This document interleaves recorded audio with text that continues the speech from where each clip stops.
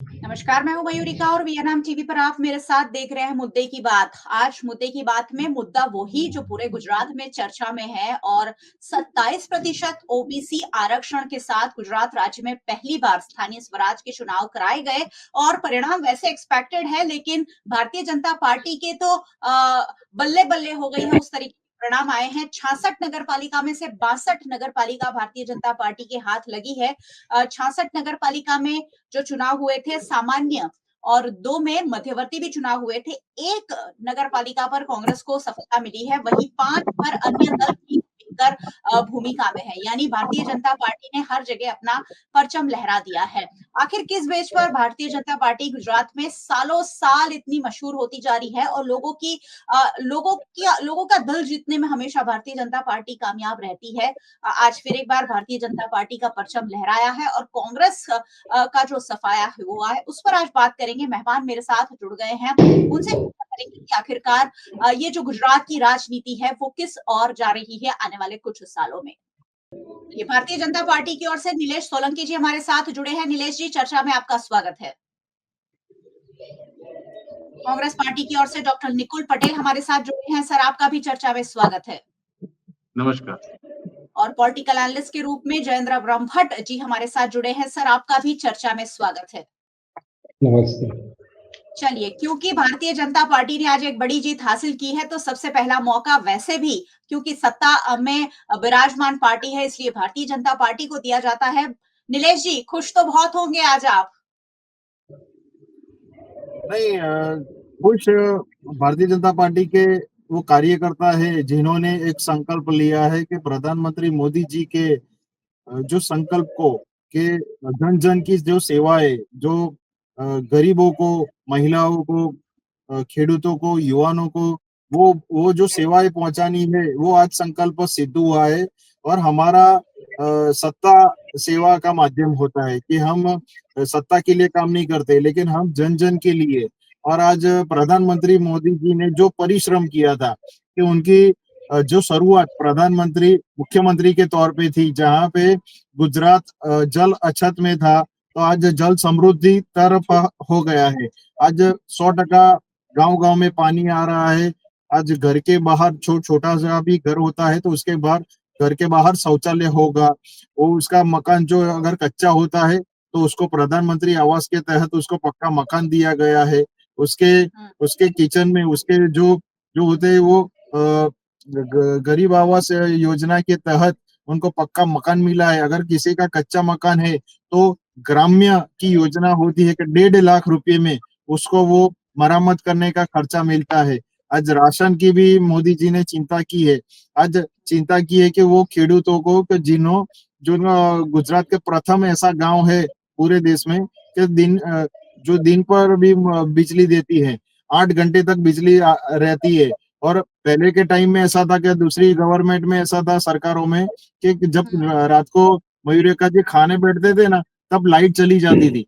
तो ऐसे ऐसे दिन हमने देखे हैं। ऐसे दिन देखे हैं कि कच्छ हो या सौराष्ट्र हो, जैसे ही गर्मी की सीजन आती थी तो पानी नहीं होता था। ऐसे तो काफी ऐसा देखने को मिला है कि गर्मी की सीजन ना होने तो भी पानी नहीं होता था। आज देखिए कि पूरा गुजरात जो समृद्ध हुआ है वो 30 साल का जो शासन है कि मुख्यमंत्री भूपेंद्र भाई पटेल ने बतौर सीएम भी वो दिशा विकास को आगे बढ़ाया है। और आज सीआर पाटिल जी ने जो ऐतिहासिक 5वीं बार जो जीत हासिल की है, वो पूरे कार्यकर्ताओं को मैं श्रेय देता हूँ। वो कार्यकर्ताओं के जो स्थानिक स्वराज में घर घर जाके वो बूथ में वो जो मतदाता है उनको लाने में वो सफल रहे हैं। तो ये पूरा प्रधानमंत्री मोदी जी को श्रेय जाता है, ये श्रेय जाता है अमित शाह जी को, ये श्रेय जाता है मुख्यमंत्री भूपेंद्र भाई पटेल को, और ये श्रेय जाता है सीआर पाटिल जी को कि हमारा लक्ष्य जितना नहीं है। देखिए कि 2018 में 66 नगर पालिका थी, उसमें हम लोग 42 जीते थे, आज 62 जीते हैं। तो मतलब आप देखिए कि जितना हम रिपोर्ट कार्ड लेके जाते हैं उतना ही हमारी गवर्नमेंट को, हमारे संगठन को इतना श्रेय मिलता है। जहां आप देखिए कि अभी हमारे परम मित्र बोलेंगे, वो तो मेरे मित्र है, वो सरल व्यक्ति है निकुल जी, लेकिन बोलेंगे कि भाई धाक धमकी ये सब वो, तो ऐसा नहीं होता है। अगर जो देखिए दाग धमकी होती तो पूरा हम लोग 100 में से 100 सीट नहीं लाते, 66 में से 66 में सीट नहीं लाते। अब देखिए कि कई जगह ऐसा है कि बीएसपी को 1 सीट मिला है या 13 सीट आम आदमी पार्टी को मिला है, थोड़ा सीट हमारा जहाँ था वहाँ पे भारतीय जनता पार्टी को असफलता मिला है। तो ये पूरा आंकलन होता है और हम लोग जहाँ हारे हैं मयूरिका जी, तो उसका दूसरे ही दिन हमारे प्रदेश अध्यक्ष सी आर पाटिल जी बोलते हैं कि जीत का जश्न नहीं मनाना है लेकिन जहाँ हार है वही दूसरे दिन कैसे हारे है, कहाँ पे गलतियां हुई है, तो वो पूरा हम लोग आंकलन जीतने के बाद भी कर रहे हैं। लेकिन काफी सारी ऐसी पार्टियां होती है कि बार बार लगातार हारने के बाद कोई आंकलन नहीं करती, कोई मनोमंथन नहीं करती, कोई चिंतन नहीं करती कि भाई ये करता है कि क्या प्रॉब्लम है, उम्मीदवार कैसे रखे थे। हमारे जो उम्मीदवार हारे हैं तो हम चिंतित थे कि हम लोगों ने कहाँ पे गलती की है, कौन सा हमारा संगठन का जो कार्यकर्ता था वो वहां घर घर पहुंचा नहीं है, तो वो चिंता जी। हमको हम अभी से कर रहे हैं। लेकिन ठीक है, आज बहुत ही अच्छा रिजल्ट आया है और प्रधानमंत्री मोदी जी ने ये श्रेय उनको पूरा जाता है क्योंकि उन्होंने पर्वत महोत्सव चालू किया था गांव से, जी। ज्योति ग्राम योजना गांव से चालू की थी। आज घर घर में शौचालय बने हैं, तो ये बहुत ही ये अद्भुत उन्होंने काम किया है और वो काम जी। मुख्यमंत्री भूपेंद्र भाई पटेल को वो दिशा दी है और वो भी जी। इसी गति से डबल इंजन की सरकार इसीलिए बोलते हैं कि जी। मोदी जी केंद्र में होते हैं लेकिन फिर भी गुजरात के छोटे गांव की भी चिंता करते हैं। आज मोटेरा ठीक है। जैसा गांव जी, पूरा अभी सोलर देखिए वापस एनर्जी से चलता है, तो ये वापस स्मार्ट। आती हूँ।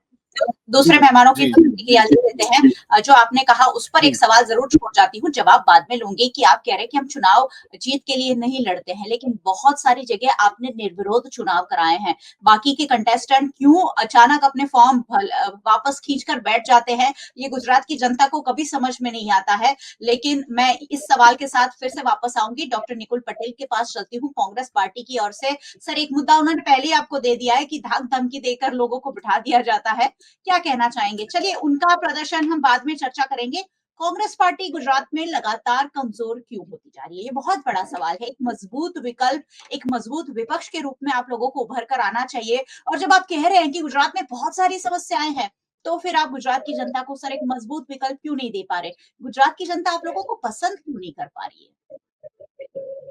2018 में नगर पालिका के जो चुनाव थे और उसके परिणाम अगर हम देखें तो उस समय भी बहुत ही खराब प्रदर्शन कांग्रेस का रहा था और जो नंबर्स थे वो बहुमती की ओर नहीं पहुंचे थे और कहीं पे कांग्रेस को एक भी उम्मीदवार जीते नहीं थे। जूनागढ़ के अंदर अगर महानगर पालिका से शुरू करूं तो सिर्फ एक ही उम्मीदवार कांग्रेस का उस टाइम जीता था और फिर बाई इलेक्शन में 2 जीते थे। इस बार आप देख सकते हैं कि जूनागढ़ में जो सीट्स है उसमें से 11 कांग्रेस के प्रत्याशी है वो अभी आगे चल रहे हैं या चुनाव जीत गए। तो ये एक चेंज जो है वो दिखाता है कि कहीं न कहीं भारतीय जनता पार्टी का जो आंतरिक जुटबंदी है पहले वो जैसे वो हर बार कांग्रेस के लिए बोलते हैं कि भई आंतरिक जुटबंदी है, उनका अंदर-अंदर का खटराव है और हमारा जो विपक्ष की तरह जो हमारा मजबूत स्थिति है कि हम लोगों के प्रश्न को वाचा दे रहे, वहाँ जूनागढ़ में हमको उसका सफलता दिखाई दे रहा है। पूरे गुजरात के अंदर भले हम सत्ता में ना आए हों आज इस बार, हम देख सकते हैं कि बहुत सारी नगर पालिका है जहाँ भारतीय जनता पार्टी का बहुमत है, लेकिन फिर भी अगर हम नंबर्स को फॉलो करते हैं तो जो सुपड़ा साफ या परफॉर्मेंस डिटेरियोरेशन का जो बात है, वो कहीं न कहीं हुँ। दिखाई नहीं दे रहा है। मैं बोल सकता हूँ कि सीहोर के अंदर 8 सीट है, गारियाधार में 7, तड़ाजा में 11, खेरालू में 7, खेड़-ब्रह्मा 11, बावड़ा में 13, धंधुका 7, पारडी वलसाड जहाँ भाजपा का गढ़ माना जाता है, वहाँ पे पारडी में भी 5 कांग्रेस के प्रत्याशी आगे चल रहे हैं, वलसाड में 1।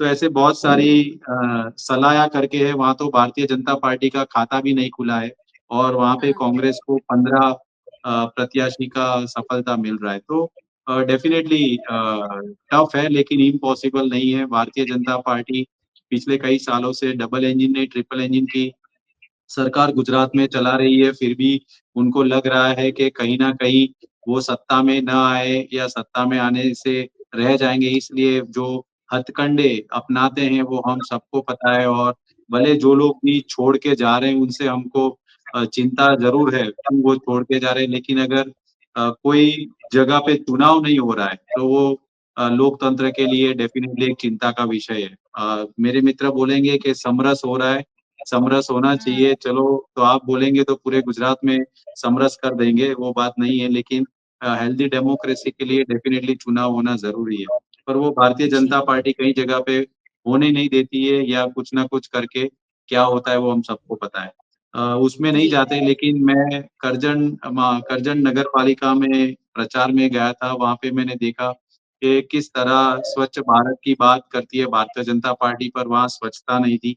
लोगों को हुँ, रास्ता, रोड, पानी की समस्याएँ थी और ड्रेनेज वहाँ पे मैं खुद गंदे पानी में चल के प्रचार कर रहा था, तो वो लग रहा था कि कहीं न कहीं लोगों के जो मूलभूत प्रश्न हैं, क्योंकि भारतीय हुँ, जनता पार्टी हमेशा विकास के एजेंडे पे काम करती है और वो बोलते हैं हुँ, हमने विकास कर दिया, विकास कर दिया, विकास कर दिया।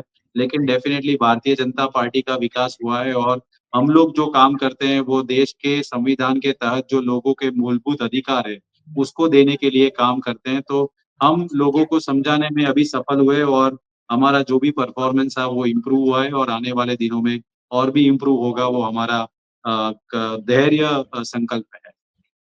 चलिए आने वाला वक़्त किसका रहेगा ये तो पता चल ही जाएगा। भारतीय जनता पार्टी ने 1341 सीट जीती है, कांग्रेस पार्टी ने 252, आम आदमी पार्टी ने 27, बीएसपी ने 18 और निर्दलीय के हक में 156 सीट आई हैं। जयेंद्र सर हमारे साथ हैं। सर दोनों पार्टी को हमने बहुत ध्यान से सुना और सब्र के साथ सुना। नीलेश जी कह रहे हैं कि गाँव में हमने बहुत सारी योजनाओं को पहुँचाया और उसका फल हमें मिला। जबकि डॉक्टर निकुल पटेल खुद कह रहे हैं कि मैं जब करजन में गया तो मुझे गंदे पानी में प्रचार करना पड़ा।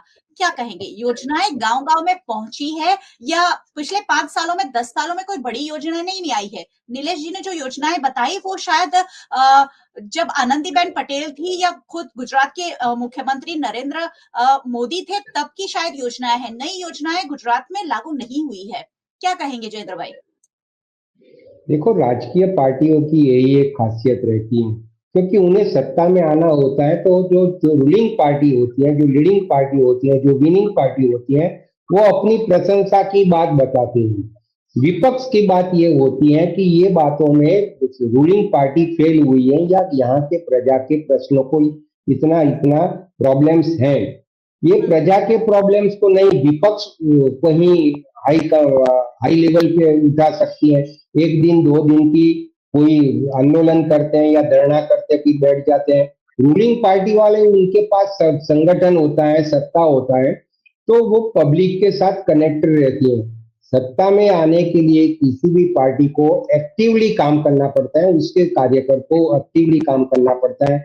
आप देखो कांग्रेस के हर कार्यकर अभी नासीपास हो गए, उसकी यूथ विंग बहुत एक्टिव थी। मैंने 5 साल पहले देखा था कि यूनिवर्सिटी लेवल पे गुजरात यूनिवर्सिटी हो या एमएस यूनिवर्सिटी हो, स्टूडेंट्स का कोई प्रॉब्लम आता है तो यूथ विंग यानी उनकी जो थी वो बहुत एक्टिव रहती थी, कभी आंदोलनात्मक काम करती थी। आज आप देखो नहीं उनकी महिला विंग दिखती है, नहीं यूथ विंग दिखती है, नहीं और कोई लीडर्स दिखते हैं। अच्छे अच्छे लोग हैं उनके पास लेकिन काम नहीं करते हैं क्योंकि उनके पास संगठन नहीं है।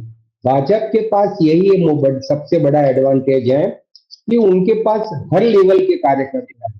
हुँ, हुँ, साथ में उनकी उनकी जो बाय प्रोडक्ट जिसको जिसको कहते हैं कि उसके साथ की जो सब सब संलग्न संस्थाएं हैं, जैसे एबीवीपी है या जो अन्य परिवार परिषद की है, ये लोग उनको जिताने में बहुत सारा मदद करते हैं। ये लोग एक्टिवली काम नहीं करते हैं लेकिन जो माउथ पब्लिसिटी होती है, जैसे हुँ, बात करते हैं पार्टी की बात करते हैं, राष्ट्रवाद की बात करते हैं, उसके हिसाब से आप देखो, मैंने तो देखा है कि दक्षिण गुजरात जो सालों तक कांग्रेस का गढ़ रहा था, वहां हुँ, वलसाड़ में आप देखो कि मोर देन 40 सीट 40 से भी ज्यादा सीट आती है, कांग्रेस की एक सीट आती है।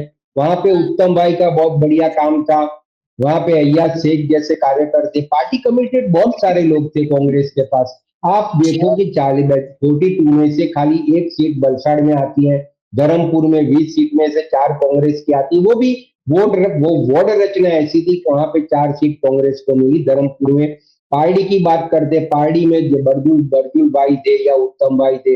अब जहां देखो कि जहां पे उनका पूरा गढ़ था, पूरी की पूरी इमारत बढ़िया इमारत थी, वो पूरा का पूरा गढ़ आज विध्वंस हो गया। आप देखो वहां पे 0 लेवल पे काम हो गया है। ये पार्टी की ये मजबूरी हो गई है कि उनको कोई लीडिंग करने वाला लीडर नहीं है। पहले सब थे जैसे सब सेंट्रल गुजरात में आप देखो, मध्य गुजरात में माधव सिंह भाई जैसे कद्दावर नेता थे, दिनसा पटेल थे कांग्रेस के पास, ये सब आज सेकंड कैडर में या साइड लाइन हो गए हैं। नहीं कोई उनकी सुनता भरत सिंह है, अमित चावड़ा है। ये सेंट्रल गुजरात की बात करो, आप आनंद जिला की 3 नगर पालिका की बात करो, बोरियावी, ओड और आकलाव की, वहां पे देखो कांग्रेस की क्या हाल है। ये परिस्थिति हो गई है कि कांग्रेस के लीडरों को खाली मात्र उनको या प्रेस लाइन में आना होता है या किसी की बात पे कोई बाइट दे के निकल जाना पड़ता है।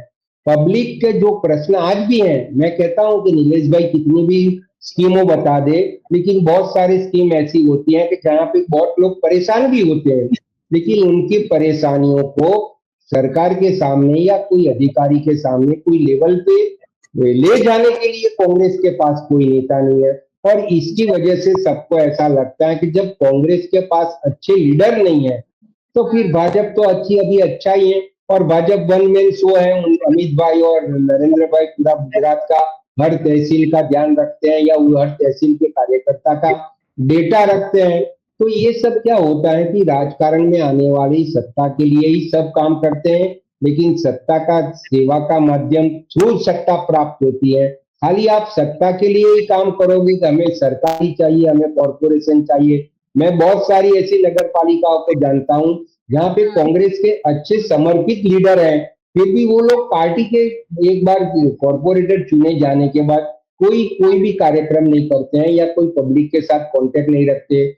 वही जगह पे तो कांग्रेस के लीडिंग लीडर ऐसे उनको आरोप लगाते हैं कि ये लोगों का बीजेपी के साथ इलू इलू है, तो कांग्रेस कैसे चलेगी। भाजपा की बात यही है, भाजपा के लिए सबसे बड़ा प्लस पॉइंट ये है कि उसके पास कमांडिंग फोर्स है। वो कार्यकर्ताओं की बड़ी तादाद उनके पास है और वो सब कार्यकर्ता कहीं ना कहीं एडजस्ट होते हैं। बहुत सारे कार्यकर्ताओं को मैं जानता हूँ, लीडर को जानता हूँ जो बहुत दुखी है पार्टी के काम से या पार्टी के लीडर से दुखी है, लेकिन फिर भी जब पार्टी की चुनने की बात आती है, चुनाव का वक्त आता है, तो आप देखो कि सब एकजुट बताते हैं, होते भी नहीं है। ये भी मैं बोल सकता हूँ, ये वो लोग एकजुट होते नहीं, लेकिन दिखावे के लिए आप देख सकते हो कि वो सब एक होके जाते हैं। वरना वो गिरीश कोटेचा जैसे सीनियर मोस्ट कांग्रेस भाजपा के लीडर जूनागढ़ में उनका बेटा हार गया। हाँ, पार्थ ये कोटेचा। परिस्थिति है जी बिल्कुल। तो यहाँ संगठन वाली जो पार्टी है और संगठन के हिसाब से जीतती है। संगठन बहुत मजबूत है और कई बार कलह आपसी सामने आ जाती है जब टिकट के बंटवारे होते हैं, लेकिन फिर सुशासन वाली पार्टी है और डैमेज कंट्रोल में माहिर पार्टी है, तो सब कुछ जैसे गुजराती में कहते हैं कि घीना ठाम घी पड़ी गई, ऐसा सेटल डाउन हो जाता है भाजपा का। नीलेश जी के पास फिर भी वापस चलूंगी। नीलेश जी, चलिए, बहुत अच्छी सीट्स भारतीय जनता पार्टी जीत कर लाई है, लेकिन गुजरात में वोटिंग प्रतिशत घट रहा है। इस बार 60% जितना ही वोट हुआ है, जो पिछले साल से करीब 3 से 5% कम है। भारतीय जनता पार्टी बहुत अच्छा कर रही है, लोग अगर बहुत पसंद कर रहे हैं तो लोग वोटिंग के लिए बाहर क्यों नहीं आ रहे हैं। लोकतंत्र की प्रक्रिया सफल कैसे होगी अगर इतने ही प्रतिशत लोग वोट करेंगे। और गांव में वैसे भी लोग ज्यादातर जबरदस्ती वोट करते हैं, बहुत बढ़ चढ़कर वोट करते हैं, गांव के लोगों में बहुत उत्साह देखने मिलता है।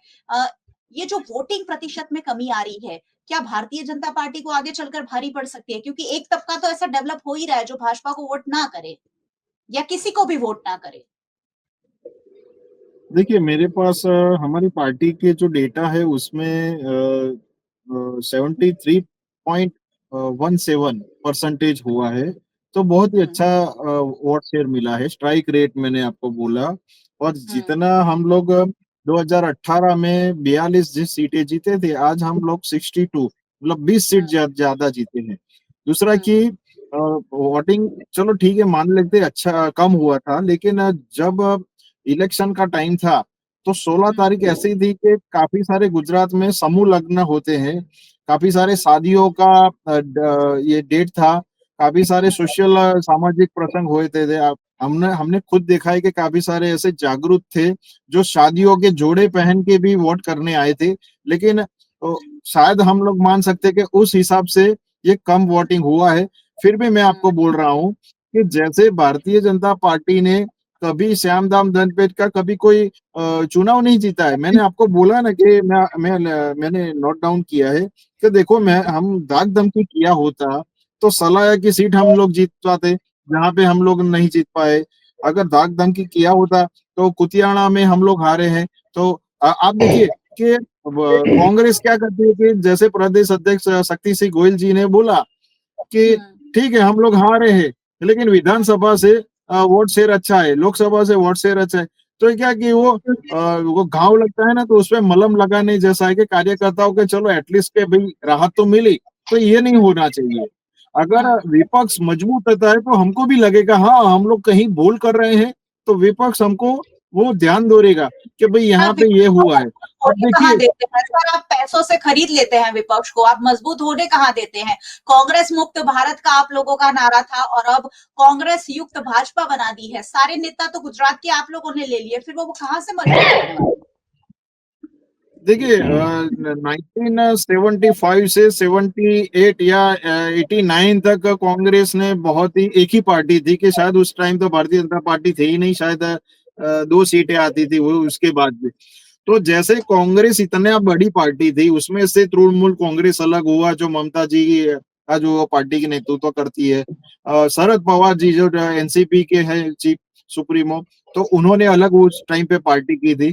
तो पार्टी में किसी को लाना या किसी में वो विचारधारा में भारतीय जनता पार्टी के पास आते हैं, तब मुझे मालूम नहीं पड़ता कि ये टेस्टिमोनियल कैसे आ जाता है कि भाई दाग धमकी हुआ, कांग्रेस के ये लग गए। अरे भाई ये तो राजकारण है, पॉलिटिकल है, लोकशाही की ये बहुत ही अच्छी खूबसूरत तस्वीर है कि कोई भारतीय जनता पार्टी की विचारधारा से सम्मत होता है तब प्रॉब्लम होता है। जब कांग्रेस ने पिछले 100 साल में ये किया है कि उन्होंने ठीक है मैं आपको बोल रहा हूँ 25 जून 1975 में 18 महीने तक हाई कोर्ट को बांध में लिया था, तब दाग धमकी नहीं थी।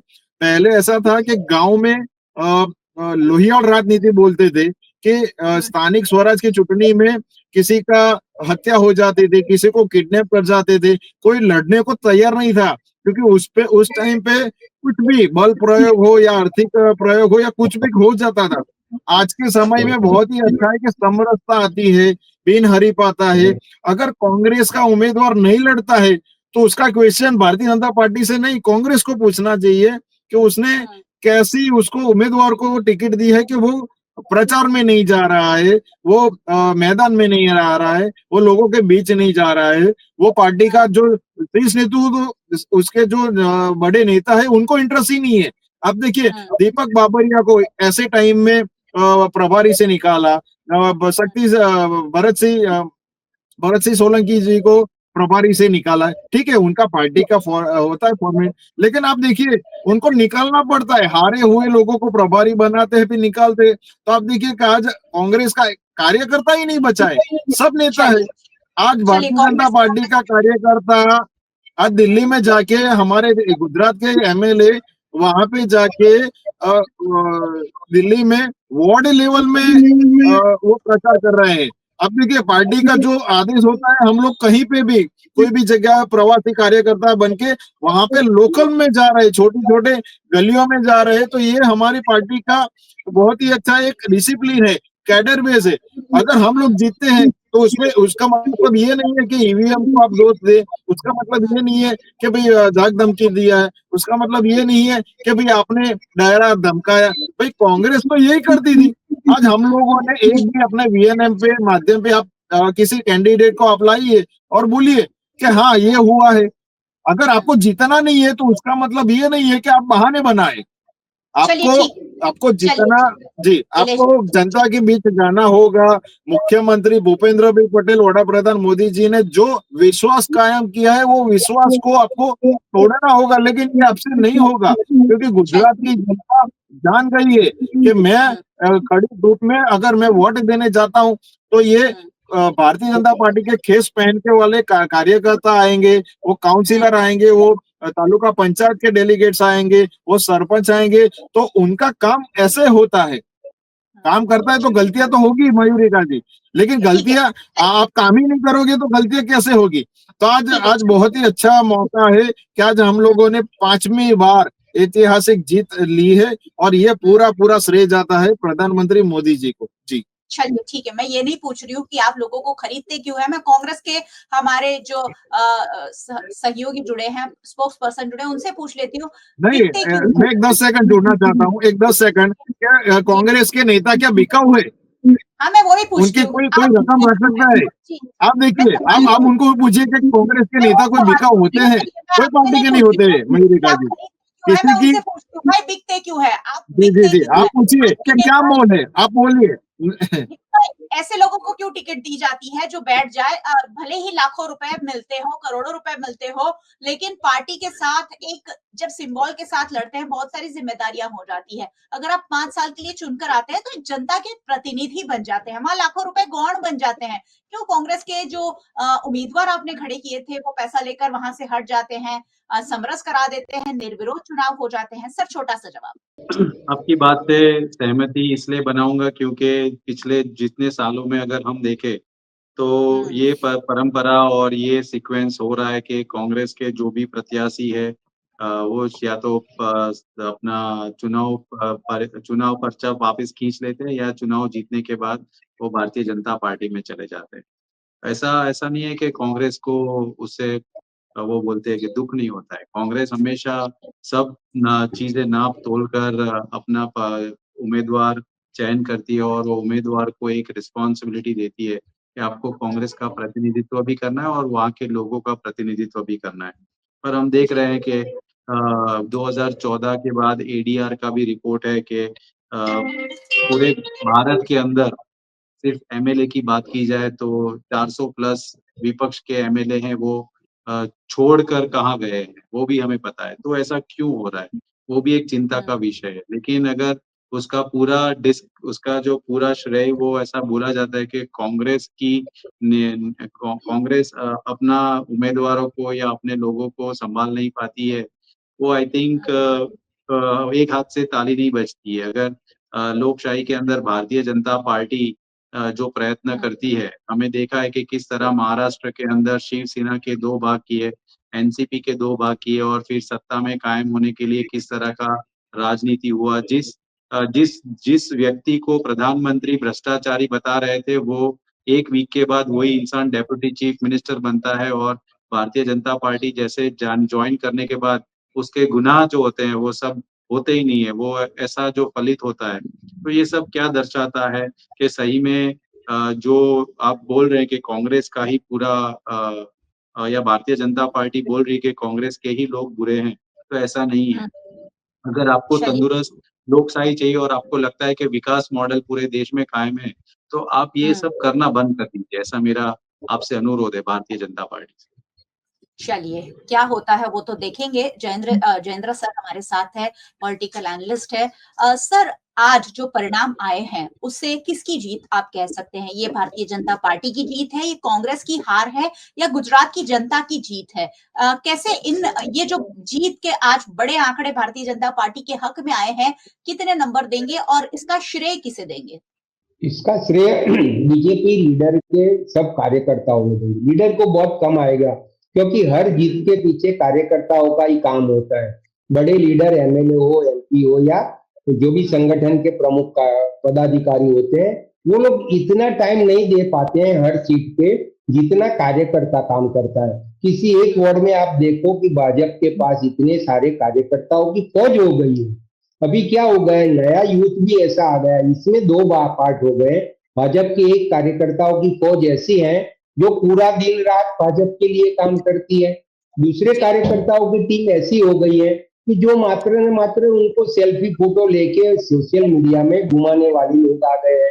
तो क्या होता है, फिर भी काम करते हैं भाजपा का, वो कोई 20% करता है, कोई 50% करता है, कोई 100% करता है। परिस्थिति ये हो गई कि जो जीता पहलो, अपनी गुजराती में एक कहावत है कि पहलो बार राणा ने, बीजेपी को 260 250 के पास जो बिनहरीफ सीट मिल गई पहले ही राउंड में बिफोर इलेक्शन, तो उन लोगों का एक मोरल डेवलप हो जाता है कि हम इतने तो बिनहरीफ हो गए, और कांग्रेस या विपक्ष के लोगों को डिप्रेस हो जाते हैं कि हम इतने आदमी, हमारे लोग थे जो जिनको टिकट दी थी उन्होंने फॉर्म विड्रॉ कर दिया, तो ये सब जी। पॉलिटिक्स में फेयर होता है। मैं हर जगह ये बात कहता हूँ कि everything is fair in love, war and politics, क्योंकि आजकल बिल्कुल, राजकारण में ये बिल्कुल डिक्लेयर हो गया है। तो इसके जी, हिसाब से पूरा का सामना पूरा श्रेय पार्टी के सब फेयर हो सर गया है। हर जी, हर सर एक प्रजा छोटा-सा ये बात। छोटा-सा जी, सर एक छोटा-सा सवाल और एक छोटा-सा जवाब ज़रूर जानना चाहूँगी। गुजरात की जनता के काम नहीं हो रहे हैं, गाँव में भी दिक्कतें हैं, शहरों में भी दिक्कतें हैं।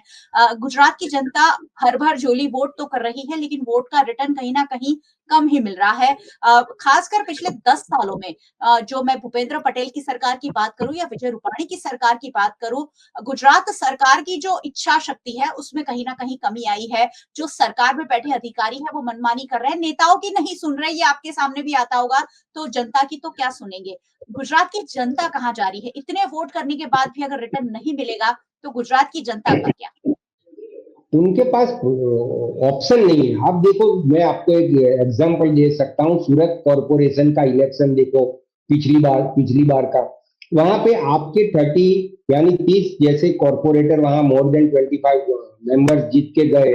आप देखो उसके बाद आप वाले सब पार्टी कन्वर्ट करके या पार्टी छोड़ के भाजपा में आ गए, या उन्होंने रिजाइन कर दिया। कहीं भाग बटाई की इनकी ऑडियो वीडियो रिलीज हो गई। तो पब्लिक के पास अगर स्ट्रांग ऑप्शन नहीं होता है, तो वो अपने आप समझते हैं कि ये सब एक डाल के पंखी हैं, लेकिन जो जो सबको परेशान कम करने वाले होंगे उनको सिलेक्ट करते हैं। भाजपा के, यानी आज आप देखो कि इतना सारा माहौल है, इतनी सारी कार्यकर्ताओं की फौज है, फिर भी अगर कांग्रेस के कुछ कैंडिडेट जीत सकते हैं, तो उसका कारण ये है कि या तो वो कांग्रेस पार्टी के कमिटेड एरिया में रहते होंगे, सेकंड थिंग, या तो वो पार्टी के जो ग्रास रूट के कार्यकर की तरह से काम किया होगा, लोगों के प्रश्नों को उन्होंने वाचा दिया होगा, कहीं ना कहीं रजूआत किया होगा, कुछ जी, मुद्दों को लेके उन्होंने आंदोलन किया होगा। ये सब बात होती है। वरना कांदल जाडेजा एनसीपी में जीतता है, इंडिपेंडेंट जीतता है, और आज बीएसपी में उनकी टीम जीतती है। ये लोगों की एक लीडरशिप का जो ध्यान रखते हैं कि किसको क्या देना है, वो देते हैं। चलिए, तो परिणाम आज भारतीय जनता पार्टी के हक में आए हैं और आशा करते हैं कि गुजरात की जनता को उन सारे वोट का रिटर्न मिले जिसकी वो हकदार है। बहुत-बहुत शुक्रिया आप सभी मेहमानों का हमारे साथ जुड़ने के लिए। Thank you so much. और बहुत-बहुत शुक्रिया सारे व्यूअर्स का हमारे साथ जुड़ने के लिए। वैसे व्यूअर्स को क्यों नहीं जुड़ना चाहिए? आपको रोज-रोज जुड़ना है। रोज रात 8 बजे मुद्दे की बात वीएनएम टीवी पर हम लेकर आते हैं। वीएनएम टीवी को आप यूट्यूब चैनल पर देख रहे हैं। ज़रूर देखते रहिए और साथ ही हमारा चैनल अगर नए आए हैं तो सब्सक्राइब कर ज़रूर जाइएगा और बेल आइकन प्रेस कर दीजिएगा ताकि वीएनएम का हर अपडेट सबसे पहले आप तक पहुंच सके। अगर आप हमें फेसबुक पर देख रहे हैं, शेयर कर लीजिए। आप हमें ओटीटी प्लेटफॉर्म्स पर देख रहे हैं, डेली हंट, वोडाफोन टीवी, जियो टीवी और जियो टीवी फाइबर 498 नंबर के चैनल पर वीएनएम टीवी को 24 घंटे लगातार देखा जा सकता है। देखते रहिए वीएनएम, जुड़े रहिए वीएनएम के साथ। नमस्कार।